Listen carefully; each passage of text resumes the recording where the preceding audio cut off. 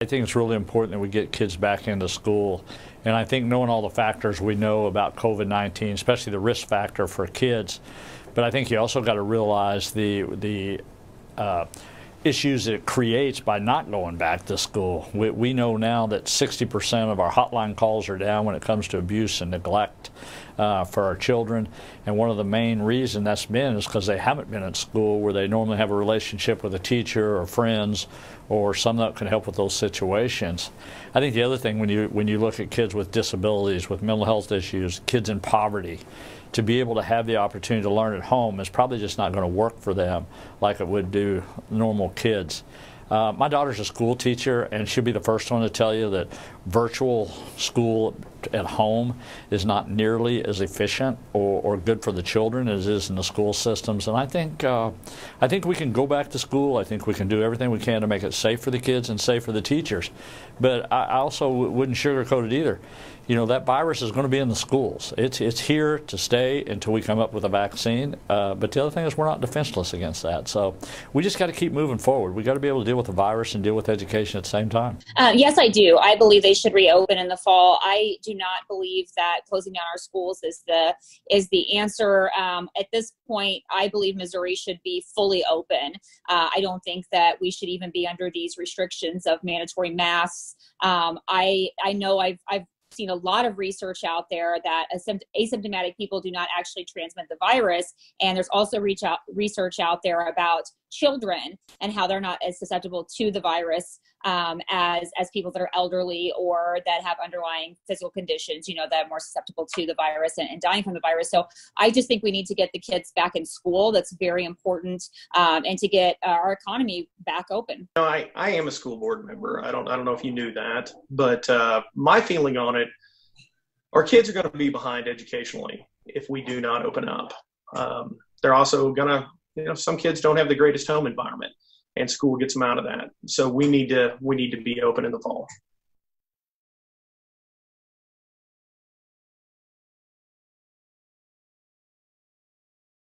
You know, the farmers and the small business owners were hurting even before the pandemic. And I think COVID, you know, obviously it's been very bad this year and we've lost lives, but it's also opened the eyes of not just Missouri, but the rest of the nation on problems that we had in the past, even before COVID. So for instance, you mentioned the cattle farmers and specifically, they have been affected even before COVID. And now this year, it's even worse because there are 4 main processing plants that most of the cattle farmers use, and 2 of which are owned by Brazil and China. The other 2 are owned by U.S. companies. But those 4 main processing plants basically monopolize the industry. So our cattle farmers are not able to get their cattle sold. And they also, you know, they set the prices as well, the processing plants. And so this has been an ongoing problem for almost probably a decade or more now. And it's just getting to a point where we have our farmers that are about to lose their businesses. And these are our small cattle farmers. They're about to go out of business. And these are farms that have been in their families for generations and generations. And we, like I said, with COVID, this has just kind of, you know, opened the eyes of people that aren't farmers, because during COVID, we saw that there was no meat on the shelves. And so people started asking those questions like, well, where's the meat? We know there's cattle farmers. We know there's cattle. What's going on? And it's because those 4 main processing plants, one of which closed down temporarily and really just disrupted the market there because they set the market. So here in Missouri, we really need to get our own processing plant, a large facility that our cattle farmers can use so that they can almost like probably like a co-op where they own it themselves, that they can get their cattle there, and we would never have this issue again in the future. And we need to get China out of our farmland. Small businesses were also hurting before, but COVID has really, really hurt our small businesses. And these continued restrictions that are in place, like the masks and the contact tracing, none of which makes sense for these businesses, and it's all very inconsistent. There's just no common sense here, and it's continuing to hurt our small businesses while they have to have these restrictions in place for their customers, a lot of which will just turn around and walk out if they have to put their name and address and have their information down, or they have to wear a mask. We're already seeing, you know, they're saying Walmart is now going to make mandatory masks. We're already seeing all over Facebook people say, well, Walmart just lost my business. I'm going to go elsewhere. I'll get my stuff online. And that's what's happening. So I would never mandate any of these types of restrictions. I think it's also a constitutional violation of our constitutional rights to mandate these kinds of restrictions, especially when the numbers are not anywhere near they were in the very beginning, and those were trumped up numbers that weren't even accurate. Just no one knew what was going on. And so now that we have a realistic picture, there's a 98% survival rate on this virus. And so I just think we need to get back in business. We need to help our farmers and our businesses to get going again, because the longer we keep these restrictions in place, the more they're going to hurt, and the more our economy is going to hurt.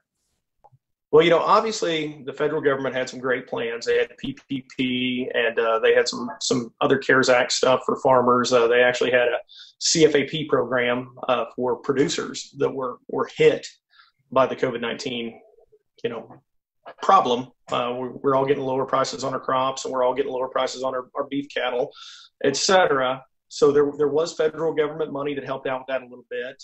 What I'd like to see in Missouri is, we could reduce some of the guidelines on agriculture, some of the restrictions, make it easier for folks to sell produce straight off the farm. And some of that's been signed in already, and some of it actually needs to be permanent, because we get to direct consumer sales. That opens up the market for those folks and gives them a lot more room. I would certainly say to producers in the state on the agricultural end, some of that money from the coronavirus relief is still available from the federal government.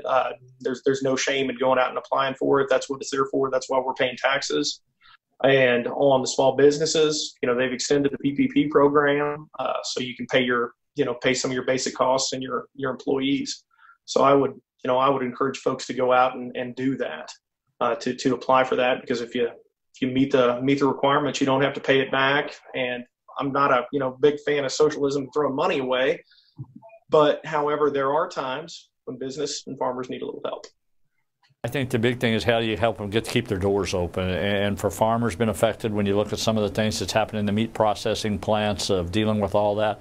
But again, I think it's getting your resources where we could to really do the box-in strategy we have in a lot of the meat processing plants to keep those lines moving.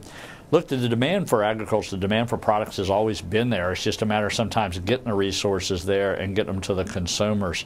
But I think a lot of the things we did is going to help those farmers. One, that's a little off of COVID-19, but it's not either. Broadband, trying to expand that in the state of Missouri. I think it's important that we do that. I think some of the small business loans that we're doing, that we just put $50 million just last week, trying to help these real small businesses in the state of Missouri. Farmers are tough in this state. We've all been through that. I did that all my life.